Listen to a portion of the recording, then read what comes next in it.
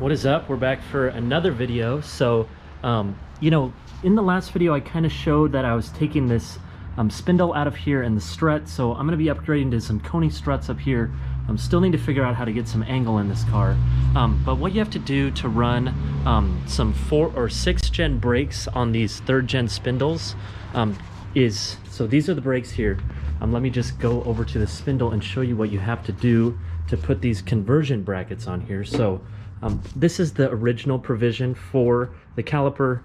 Single piston sliding calipers, really like from a S10, similar. Definitely not performative at all. So definitely should upgrade if you're going to do anything performance wise. But the first cut I'm going to make is taking this off and this ear, because this bracket, you can see, kind of wraps around in here and goes like this. So the big holes like that one and that one are for the brake caliper, and then these 2 holes that used to hold the dust shield, you have to bore out and tap. So this one you tap from the backside into the bracket, into the threads of the bracket, and the bolt sits flush and the caliper sits on that bracket. And then this one is kind of a blind hole, so you drill it down to wherever you need to go. I wouldn't go through, but just kind of to the end of the blind hole there, and then you tap it with a, let's see here, I think it's M12-175, and I got the accompanying 13/32 drill bit to get this done. So you also have to cut this ear off, so basically make a cut up this way, and then you're ready to kind of bore and tap those holes and get this thing ready for those big brakes. Got the first one all installed. So what you have to do, obviously, is, like I said, drill through here. One thing, do as I say, not as I do. I didn't drill quite far enough into this. I just went down to basically where the stock bolt went and thought that was enough. But reading through the instructions, you should go further, so you don't have to have this washer in here. I kind of like the washer personally, but you don't have to have that. I figured the washer might help protect the paint a little bit and kind of keep it some good surface area on there. And then for this one, they say to drill, or use the tap to drill through the back side, and then the threads will align with the bracket, because the bracket is threaded.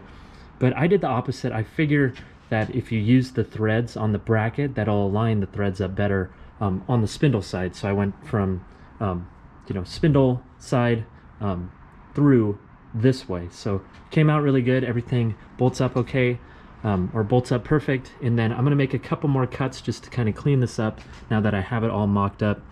This bolt has good accessibility, but I am gonna cut a little bit more of this ear off so I can take the caliper off without having to remove this whole bracket. Got the second one all installed, so this one went pretty smooth. I did end up cutting a little less off of that ear. You don't have to cut it so tight. I traced it off the bracket on that side. One thing I will say about this conversion kit, I think it would be better if this bolt, instead of being like threaded or tapped together, it'd be better if there was just a countersunk bolt that basically sandwiched it instead of trying to thread 2 brackets together. I feel like it comes out a little bit strange because you're actually not clamping it together. You're more just threading them together. So I might end up doing that. My friend has a mill, so could be a good option. I'll see what he thinks. And one thing you do have to do with these is mill the caliper for the bracket. So you can see behind here, we ran a couple passes and got that surfaced, so then you can put this conversion bracket on there. Basically, before there was something that came down this way and got into the way of the bracket. So I'm gonna go grab the rotors and then the conversion hubs, and I'll show you what those look like. So I got my conversion hub here, couple bearings. So it is a little bit specific what bearing you need for these. Actually, it's a little smaller than what they say you need at O'Reilly's. I'll make a list of kind of the parts that I'm putting in here. The races are already in, and I'm gonna use my bearing packing tool to pack these up and then put this all together, and then it goes over into the car. I already got one side on there. Once I have both of them finished up, I'll show you what they look like with the brakes and the pads and calipers and everything. Looks pretty cool with those big brakes on there.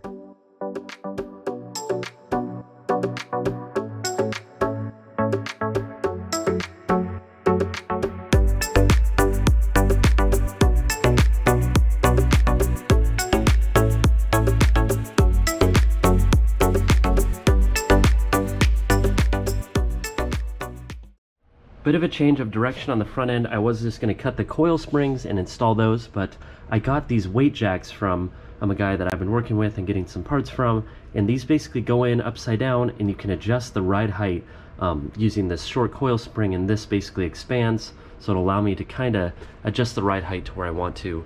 I know cutting the coils, they're so hard to install and kind of dangerous, and once you have them in there, it's going to be really hard to make any changes. So these will be nice. Can make, you know, my ride height adjustments. And then I also got these Coney shocks. So I'm going to put you on the time lapse as I put this all together. It's actually a pretty simple process. Putting this, you know, together. Just use a jack and make sure you get it lined up with the shock tower up here.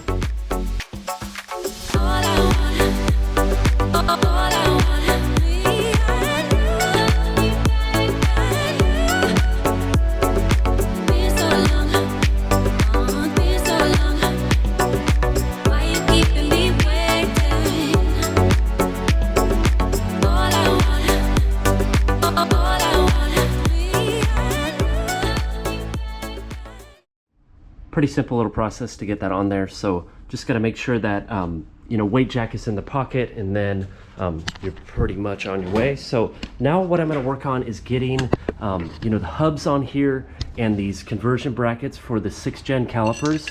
So I think I showed you I had to make some cuts on the spindles and the brackets and everything to get this all to fit. So I'm going to work on getting the hubs on here, and then also getting these bolts mounted up. And I did take some time to get these countersunk here, so now it's bolted on both sides, which I think is going to make for a little better situation. It should be held on there quite a bit more strongly and more securely, instead of it being co-threaded down here.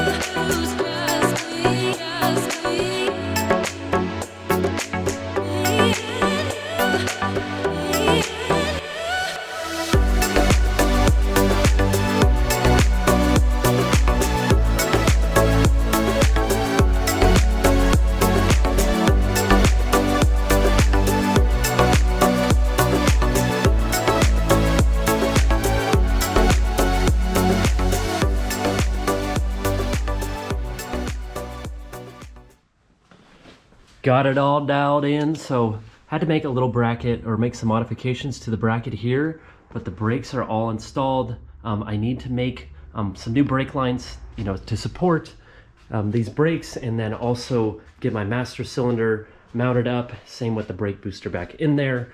So they came out really nice, both sides. Trying to shine a light on here. So I'm gonna wrap up this video here. So definitely kind of a process to get these on here, you know, doing all that machining and everything. But for the most part, it went pretty smooth. Appreciate you guys watching, and we'll see you in the next one.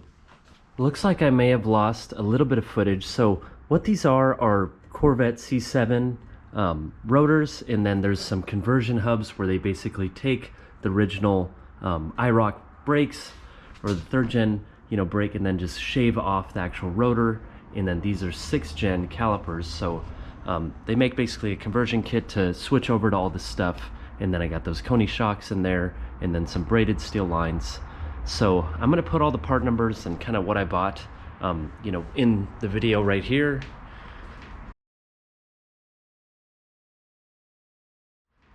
So you guys can use that information and basically assemble the kit yourself.